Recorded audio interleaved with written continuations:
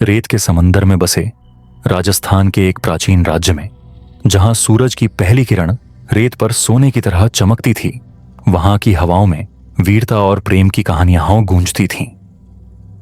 इस धरती पर एक राजा और रानी की प्रेम कथा थी जो कभी पूरी नहीं हो सकी। यह कहानी है महाराजा प्रताप सिंह और राजकुमारी तारामती की। एक दिन महाराजा प्रताप सिंह अपने कुछ भरोसेमंद सैनिकों के साथ पड़ोसी राज्य उदयगढ़ की यात्रा पर निकले। यह यात्रा गोपनीय थी।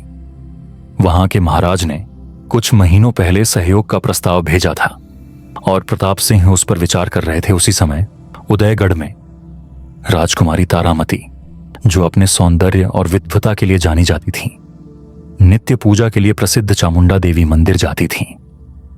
तारामती बचपन से ही सादगी और सेवा में विश्वास करती थीं। उस दिन जब वह मंदिर पहुंची तो संयोगवश वहां प्रताप सिंह भी दर्शन के लिए आए थे। मंदिर के प्रांगण में प्रताप सिंह ने एक साधारण पोशाक पहन रखी थी ताकि उनकी पहचान छुपी रहे, लेकिन उनकी शख्सियत ने तुरंत तारामती का ध्यान खींचा। जब उनकी आंखें मिलीं तो दोनों के दिलों में कुछ हलचल हुई। मंदिर की उस मुलाकात के बाद प्रताप सिंह ने महसूस किया कि उनकी दिलचस्पी तारामती में बढ़ रही है। उदयगढ़ के महाराज ने प्रताप सिंह को अपने महल में भोज पर आमंत्रित किया। वहां तारामती ने प्रताप सिंह को देखा और एक बार फिर वह आकर्षण महसूस हुआ।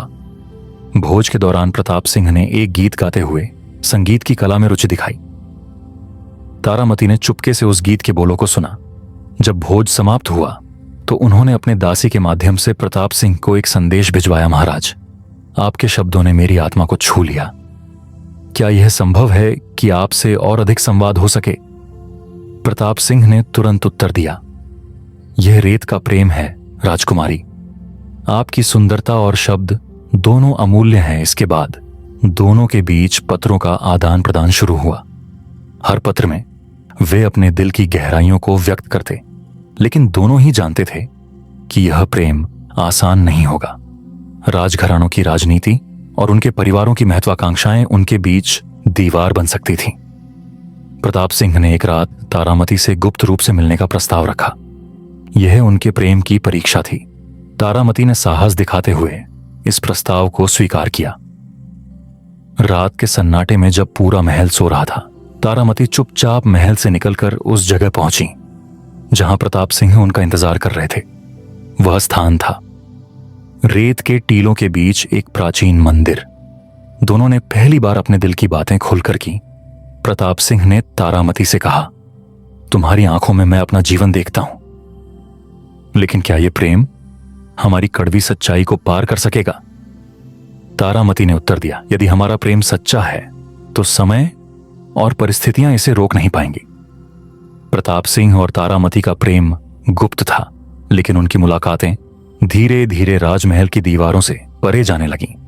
उदयगढ़ के महाराज तारामती के पिता उनकी शादी पड़ोसी राज्य मालवागढ़ के राजकुमार से करना चाहते थे। यह विवाह दोनों राज्यों के बीच एक मजबूत राजनीतिक गठबंधन बना सकता था। तारामती को यह बात पता चली तो उनका दिल बैठ गया।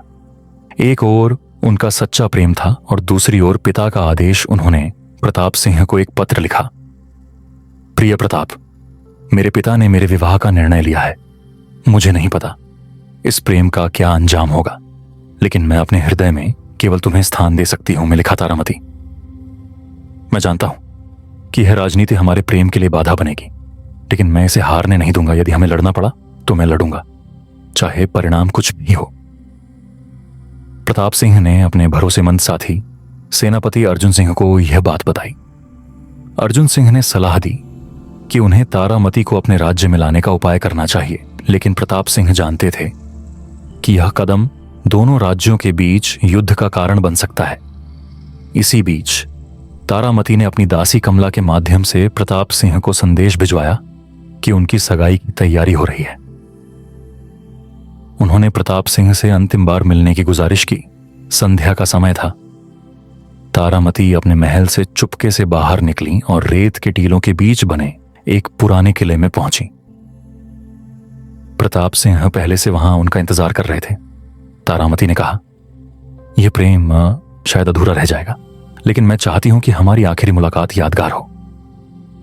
प्रताप सिंह ने उनका हाथ थामते हुए कहा, तुम्हारा प्रेम अधूरा नहीं होगा तारामती। चाहे दुनिया हमारी राह में कितनी ही दीवारें खड़ी करे, मैं तुम्हें पाने के लिए आखिरी सांस तक लड़ूंगा। लेकिन तारामती जानती थी कि उनका प्रेम जितना गहरा था उतना ही कठिन भी उन्होंने प्रताप सिंह को समझाने की कोशिश। महाराज, मैं नहीं चाहती कि हमारा प्रेम तुम्हारे राज्य के लिए मुसीबत बने। यदि यह प्रेम बलिदान मांगता है तो मैं इसे स्वीकार करती हूं। प्रताप सिंह ने जवाब दिया, मैं इस बलिदान को नहीं मानूंगा। मैं तुम्हें किसी भी कीमत पर अपना बनाऊंगा। तारामती के महल में यह खबर फैल गई कि वह प्रताप सिंह से मिलने जाती हैं। इस बात को उनके मंगेतर मालवगढ़ के राजकुमार विक्रम सिंह ने जान लिया। विक्रम सिंह ने इसे अपनी प्रतिष्ठा का अपमान समझा और उदयगढ़ के महाराज से कहा कि प्रताप सिंह को सजा दी जाए। उदयगढ़ और जैसलगढ़ के बीच तनाव बढ़ने लगा। दोनों राज्यों के बीच युद्ध की स्थिति उत्पन्न हो गई। तारामती इस स्थिति से बेहद दुखी थीं। उन्होंने अपने पिता से कहा, पिताजी, यह युद्ध केवल राज्य के लिए नहीं है, यह मेरे प्रेम के लिए भी है। मैं नहीं चाहती कि मेरे कारण खून बहे, लेकिन महाराज ने इसे राजघराने की प्रतिष्ठा का प्रश्न बना दिया। प्रताप सिंह ने युद्ध में जाने का निर्णय लिया। उन्होंने अपने सेनापति अर्जुन सिंह को आदेश दिया कि किसी भी हालत में उदयगढ़ को हराना है, लेकिन किसी निर्दोष को नुकसान नहीं पहुंचना चाहिए। युद्ध का दिन आया। प्रताप सिंह ने युद्ध भूमि में अद्भुत पराक्रम दिखाया, लेकिन अंततः उन्होंने देखा कि उनकी जीत का मतलब तारामती का दर्द होगा। युद्ध के अंतिम क्षणों में तारामती ने खुद को युद्ध भूमि में पहुंचाया। उन्होंने प्रताप सिंह से कहा, महाराज, यदि मेरा प्रेम सच्चा है तो मुझे यकीन है कि हमारा पुनर्जन्म होगा, लेकिन इस जन्म में मैं अपने कर्तव्य से पीछे नहीं हट सकती। प्रताप सिंह ने उन्हें रोकने की कोशिश की, लेकिन तारामती ने जहर पीकर अपने जीवन का अंत कर दिया। प्रताप सिंह ने कहा, तुम्हारा यह बलिदान व्यर्थ नहीं जाएगा। मैं तुम्हें हमेशा अपने दिल में जिंदा रखूंगा। तारामती के बलिदान के बाद युद्ध रुक गया। प्रताप सिंह ने उदयगढ़ के महाराज से कहा, यह युद्ध केवल सत्ता का नहीं था, यह प्रेम और स्वाभिमान का संघर्ष था। लेकिन मैंने अपनी प्रियतम को खो दिया। अब इस रक्तपात का कोई अर्थ नहीं है। तारामती के बलिदान ने दोनों राज्यों के बीच तनाव को समाप्त कर दिया। उनके पिता ने महसूस किया कि उनकी बेटी के प्रेम की गहराई को उन्होंने समझने में गलती की थी, लेकिन अब यह पछतावा व्यर्थ था। प्रताप सिंह अपने राज्य लौट आए, लेकिन उनका जीवन बदल चुका था। वह हर दिन रेत के उन टीलों पर जाते जहां वह और तारामती पहली बार मिले थे। वह घंटों वहीं बैठकर उनके साथ बिताए हर पल को याद करते। राजमहल में उनका व्यवहार शांत और गंभीर हो गया था। उनके मंत्रियों और सेनापतियों ने उनसे शादी का आग्रह किया, लेकिन उन्होंने स्पष्ट शब्दों में कहा, जिसने अपना सब कुछ खो दिया हो वह किसी और का सब कुछ कैसे बन सकता है। प्रताप सिंह ने अपने प्रेम को अमर बनाने के लिए जैसलगढ़ में एक भव्य स्मारक बनवाने का निर्णय लिया। यह स्मारक रेत के बीचों बीच था, जहां तारामती और प्रताप सिंह की पहली गुप्त मुलाकात हुई थी। स्मारक का नाम रखा गया तारा महल। तारा महल के अंदर एक सुंदर मूर्ति बनाई गई, जिसमें तारामती और प्रताप सिंह को साथ दिखाया गया। हर साल उस जगह पर लोग अपने प्रेम की सच्चाई साबित करने के लिए आते। तारामती की मृत्यु के बाद प्रताप सिंह ने अपने जीवन को अपने राज्य की सेवा में लगा दिया। उन्होंने खुद को प्रेम और राजनीति से दूर कर लिया। वह एक साधारण जीवन जीने लगे, जैसे उनका जीवन केवल अपने राज्य की भलाई के लिए हो। प्रताप सिंह ने अपने सेनापतियों को निर्देश दिया कि वह युद्ध से बचने की हर संभव कोशिश करें। वह कहते थे, मैंने प्रेम को खोकर देखा है, अब मैं किसी और को खोते नहीं देख सकता। प्रताप सिंह का जीवन धीरे धीरे समाप्ति की ओर बढ़ रहा था। वह हर रात तारामती के नाम का स्मरण करते और कहते, तारा, मैं तुम्हें पुनर्जन्म में खोजूंगा। हमारा प्रेम अधूरा नहीं रहेगा एक दिन। जब वह तारा महल में बैठे हुए थे, अचानक तेज हवा चली और रेत में एक आकृति उभर आई। उन्होंने महसूस किया कि यह तारामती का संदेश था। वह मुस्कुराए और बोले, तुम अब भी यहां हो, मैं आ रहा हूं। प्रताप सिंह ने अपनी अंतिम सांस उसी स्थान पर ली जहां उन्होंने पहली बार तारामती को देखा था। उनके निधन के बाद तारा महल एक धार्मिक स्थल बन गया। लोग वहां अपने प्रेम की सच्चाई की कसम खाने लगे। राजस्थान की हवाओं में आज भी उनकी प्रेम कथा गूंजती है। कहा जाता है कि पूर्णिमा की रात तारा महल के आसपास दो परछाइयां देखी जाती हैं जो एक दूसरे का हाथ थामे रेत पर चलती है। तारा महल बनने के बाद यह स्थान न केवल प्रेमियों के लिए बल्कि आम जनता के लिए भी एक प्रेरणा बन गया। दूर दूर से लोग प्रताप सिंह और तारामती की प्रेम कथा सुनने आते। लोक गीतों में उनका नाम गाया जाने लगा। गांव की बूढ़ी महिलाएं बच्चों को यह कहानी सुनाती, बेटा अगर प्रेम सच्चा हो तो समय और मृत्यु भी उसे मिटा नहीं सकती। देखो, तारा महल आज भी इस बात का गवाह है। सालों बाद एक रात तारा महल में कुछ अजीब हुआ। पूर्णिमा की रात को महल के अंदर रोशनी दिखाई दी। पहरेदारों ने बताया कि उन्होंने वहां दो आकृतियों को चलते हुए देखा जिनके कदम रेत पर निशान छोड़ते थे। लेकिन जब सुबह हुई तो निशान गायब हो चुके थे। इस घटना ने तारा महल को और भी प्रसिद्ध कर दिया।